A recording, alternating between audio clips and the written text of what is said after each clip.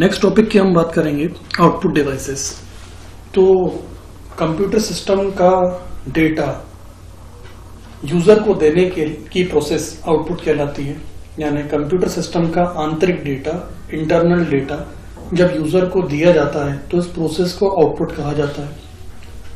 अब आउटपुट के लिए जो डिवाइसेस हेल्प करती हैं, यानी कि आउटपुट प्रदान करने में जो मशीनरीज सहायक होती हैं, वो मशीनरीज आउटपुट डिवाइसेस कहलाती हैं। जैसे आमतौर पे मॉनिटर के थ्रू, टीएफटी के थ्रू कंप्यूटर सिस्टम के अंदर होने वाली प्रोसेसिंग्स या प्रोग्राम्स हमें दिखाई देते हैं बाहर, तो वहां पर मॉनिटर यानी कि टीएफटी का रोल आउटपुट डिवाइस का हुआ।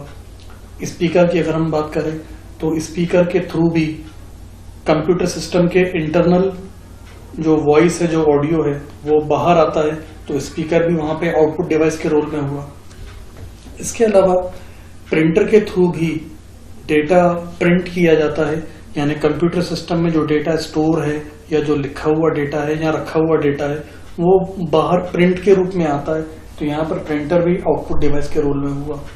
तो कुल मिला के बात यह है कि हर वो प्रणाली, हर वो डिवाइस जिसके द्वारा कंप्यूटर सिस्टम के अंदरूनी सूचनाएं बाहर की ओर आए, वो प्रणालियां आउटपुट डिवाइसेस कहलाती हैं। अब आउटपुट डिवाइसेस को बेसिकली दो कैटेगरीज में डिवाइड किया गया है, हार्ड कॉपी आउटपुट डिवाइसेस और दूसरा सॉफ्ट कॉपी आउटपुट डिवाइसेस। यहां पर पहले हम हार्ड कॉपी और सॉफ्ट कॉपी का अंतर समझ लें। सॉफ्ट कॉपी वो डेटा होता है जो हमें दिखता है लेकिन हम उसको छू नहीं सकते। उदाहरण के लिए टीएफटी पर हमें कुछ लिखा हुआ डेटा दिख रहा है, ठीक है, तो वो हमें दिख रहा है, हम उसे पढ़ पा रहे हैं, लेकिन हम उस डेटा को छू नहीं सकते क्योंकि वो विजुअल फॉर्म में हमारे सामने है। बजाय इसके जब हम उस डेटा का प्रिंट निकालते हैं तो प्रिंट निकालने के बाद वो पेज के रूप में डेटा छपकर हमारे सामने आता है। उस डेटा को हम पढ़ भी सकते हैं, समझ भी सकते हैं, और साथ में पेज फॉर्म में होने के कारण हम उसको छू भी सकते हैं और एक जगह से दूसरी जगह पर ले जा भी सकते हैं।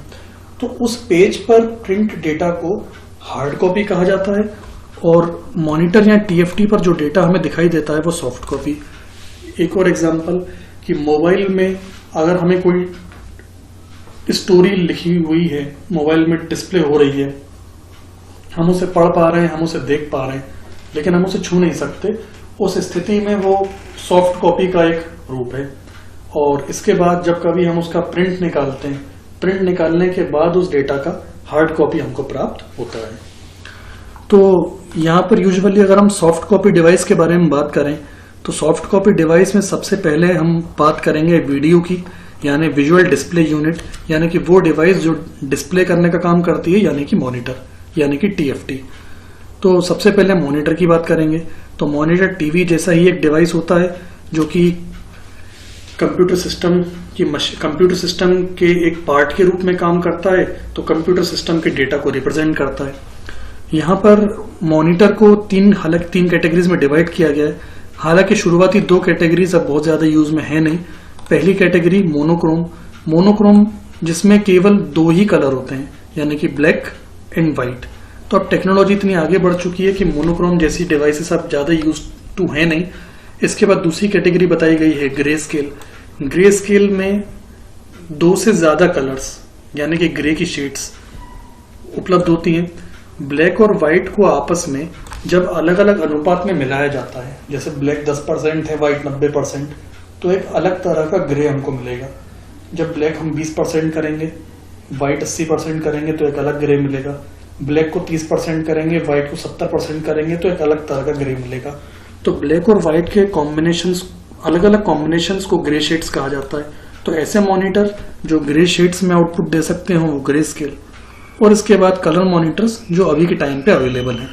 कलर मॉनिटर्स नाम से ही समझ में आ रहा है कि ये कलर के साथ आउटपुट को प्रोड्यूस करने में कैपेबल होते हैं। यहाँ usually 3 colours, red, green and blue, जिन्हें हम आमतौर पे आरजीबी कहते हैं, आरजीबी, ये 3 कलर्स मिलकर कई लाखों कलर्स को प्रोड्यूस करने की क्षमता रखते हैं, और जो भी आउटपुट हमें रिसीव होता है वो कलरफुल होता है। नीचे दिए इस विजुअल में दो अलग अलग तरह के मॉनिटर्स को दिखाया गया है। पहला मॉनिटर यहाँ पर जो पुराने समय में यूज किया जाता था, हालांकि अभी भी कई जगहों पर देखा जा सकता है। इसका वजन ज़्यादा है, साइज़ ज़्यादा है, क्वालिटी हालांकि कम है। बजाय इसके जो पास में आप ये मॉनिटर देख रहे हैं, ये लेटेस्ट मॉनिटर टेक्नोलॉजी है जो कि बीम्स के थ्रू चलती है, प्रकाश की किरणों से चलती है। और ये वाला जो आप मॉनिटर देखते हैं, ये डेटा डिस्प्ले करने के लिए, विजुअल्स दिखाने के लिए कैथोड रे ट्यूब का यूज़ करता था। CRT जैसे बोला जाता है, CRT टेक्निक। और इस तरह के मॉनिटर्स को भी यूजुअली CRT मॉनिटर के नाम से ही जाना जाता है। इस तरह के CRT मॉनिटर्स जो मैंने आपको बताया, कैथोड रे ट्यूब वाले मॉनिटर, इसकी आंतरिक संरचना इस चित्र में दर्शाई गई है। इस आंतरिक संरचना में इलेक्ट्रॉन गन का यूज किया गया है और इलेक्ट्रॉन गन इलेक्ट्रिक बीम को डेवलप करती है। 3 नंबर यहाँ पे इलेक्ट्रॉनिक बीम के बारे में बताया गया है। ये प्रकाश की बीम्स जाकर के ये सामने आप, ये मॉनिटर का बाहरी हिस्सा है जो हमें दिखाई देता है और इसके अंदरूनी स्ट्रक्चर को यहाँ पे दर्शाया गया है। ये इस तरह के बीम्स छोड़ते हैं, बीम्स को थोड़ा बड़ा मैग्नीफाई करके यहाँ पर दिखाया गया है। ये छोटे छोटे जो आप इस तरह के हेक्सागोन शेप्स देख रहे हैं, ये पिक्सेल्स कहलाती हैं। आमतौर पे पिक्सेल्स को हम डॉट के नाम से भी जानते हैं। यहाँ पर मैं एक बात बता दूं कि कंप्यूटर सिस्टम में जो भी हमें इमेज दिखती है या जो भी हमें वीडियो दिखता है, वो वीडियो या इमेज छोटे छोटे डॉट से मिलकर बनी होती है और ये छोटे छोटे डॉट्स ही पिक्सल कहलाते हैं, जिन्हें यहाँ पर छोटे छोटे हेक्सागोनल शेप्स में दिखाया गया है। ये वर्किंग टेक्निक CRT मॉनिटर्स की है। जैसा कि मैंने बताया कि ये शुरुआती मॉनिटर्स होते थे और अभी के समय में बहुत कम जगह पे ही देखने को मिलेंगे। इन मॉनिटर्स के अलावा अगले मॉनिटर्स हैं LCD मॉनिटर्स। LCD मॉनिटर्स जिनका फुल फॉर्म है liquid crystal display. Liquid crystal display monitors की क्वालिटी हालांकि CRT मॉनिटर्स यानी कैथोड रे मॉनिटर्स की तुलना में ज़्यादा अच्छी होती है। वजन LCD मॉनिटर्स का CRT की तुलना में कम होता है। यूं कहा जा सकता है कि CRT के बाद जो नई टेक्नोलॉजी मॉनिटर्स के लिए आई वो LCD मॉनिटर्स की ही थी। ये साधारण मॉनिटर से थोड़े पतले होते हैं। साधारण मतलब यहाँ पर CRT मॉनिटर की बात हो रही है। ये CRT मॉनिटर की तुलना में बहुत पतले होते हैं, साथ ही ये उनसे कम बिजली पर काम करते हैं और इनमें CRT मॉनिटर से ज़्यादा अच्छी स्क्रीन दिखाने की क्षमता होती है। पतले और हल्के होने की वजह से ये जगह कम घेरते हैं। आप इन्हें घर या ऑफिस की दीवार पर भी आसानी से लगा सकते हैं। LCD के ठीक बाद LED मॉनिटर टेक्निक एग्जिस्टेंस में आई। LED मॉनिटर टेक्निक LCD की तुलना में कम इलेक्ट्रिसिटी कंज्यूम करती है और इसकी क्वालिटी भी LCD की तुलना में कई गुना ज्यादा है। बेटर क्वालिटी होने के कारण और कम इलेक्ट्रिक कंजम्पशन होने के कारण और लाइव भी ज्यादा होने के कारण LED technique based monitors LCD को ओवरराइड कर गए, यानी बहुत कम समय में LCD मॉनिटर्स का यूज होना कम हो गया और बजाय इसके LED मॉनिटर्स का यूज किया जाने लगा। LED को IRED यानी इंफ्रारेड एमिटिंग डायोड भी कहा जाता है, क्योंकि LED से जो आउटपुट निकलता है उसकी रेंज लाल, हरी या नीली है। LED में 2 सेमीकंडक्टर होते हैं, पहला P प्रकार का सेमीकंडक्टर, दूसरा N प्रकार का सेमीकंडक्टर। इनका वजन भी LCD जैसा मैंने आपको बताया LCD के वजन से कम होता है और ये कुछ फीचर्स हैं जो हमें LED प्रोवाइड करता है। LED मॉनिटर्स कम बिजली की ज़रूरत, ज़्यादा वर्किंग कैपेसिटी और ज़्यादा लाइफ। तो ओवरऑल बात यह है कि मॉनिटर की रेंज में हालांकि कई तरह के मॉनिटर्स आए, लेकिन हम इन्हें कुछ कैटेगरीज में डिवाइड अगर करते हैं तो सबसे ज़्यादा चलने वाली पहली कैटेगरी CRT मॉनिटर्स की कहलाएगी, यानी कैथोड रे ट्यूब मॉनिटर्स। उसकी बाद की कैटेगरी LCD यानी कि लिक्विड क्रिस्टल डिस्प्ले मॉनिटर्स और उसके बाद LED मॉनिटर्स। अब हम बात करेंगे मॉनिटर से जुड़े हुए कुछ कैरेक्टरिस्टिक्स के बारे में।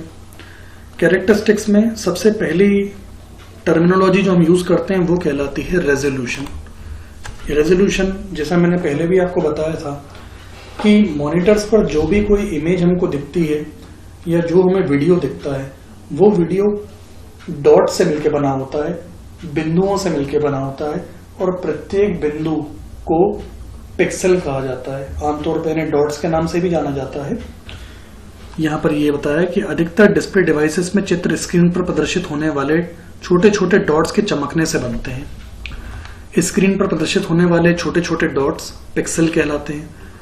यहाँ पिक्सल शब्द पिक्चर एलिमेंट का संक्षिप्त रूप है, यानी कि पिक्चर एलिमेंट को शॉर्ट फॉर्म में पिक्सेल्स कहा जाता है।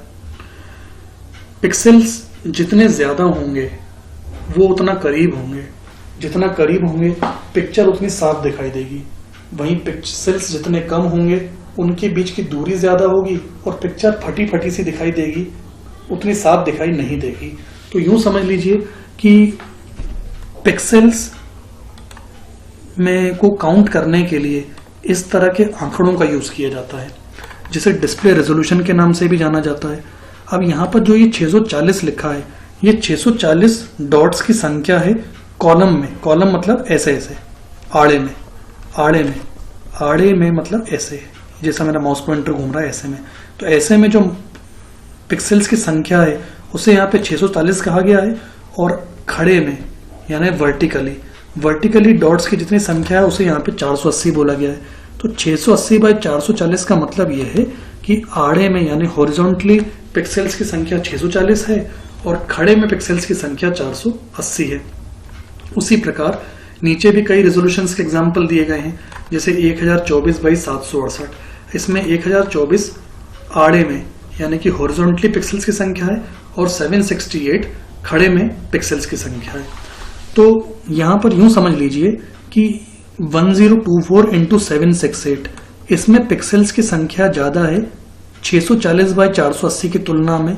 तो यूं समझ लीजिए कि इसकी पिक्चर क्वालिटी यानी कि 1024 इंटू 768 की जो पिक्चर क्वालिटी है वो स्वाभाविक रूप से 640 बाई 480 तुलना में कहीं ज्यादा अच्छी होगी।